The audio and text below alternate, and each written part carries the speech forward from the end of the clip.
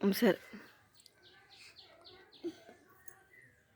Mummy సద్దన్నం ఉంటుంది కదా నైట్ది, నైట్ది మనము ఒక కుండలనే దాంట్లో బాక్సులన్నా పెట్టాలి. పెట్టి దాంట్లో వేడి పాలు పోసుకొని కొంచెం పెరుగన్న వేసుకోవాలి.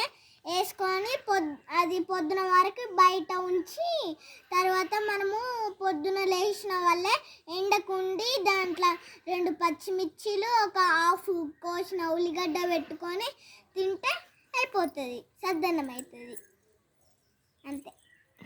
ఎండకుండి తింటే ప్రోటీన్ వస్తుంది, శక్తి వస్తుంది, ఎనర్జీ వస్తుంది.